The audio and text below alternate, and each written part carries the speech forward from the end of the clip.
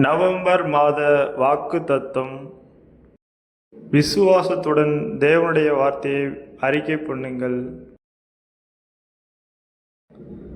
உன் கைகளின் பிரயாசத்தை நீ சாப்பிடுவாய்.